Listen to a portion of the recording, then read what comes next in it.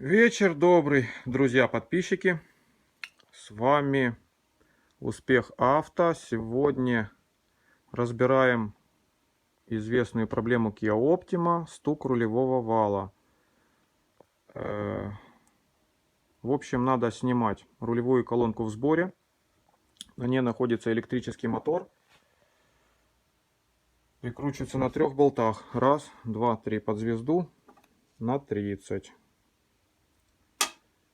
Каталожный номер запчасти. Звоните, пишите, кому будет интересно. Скинем.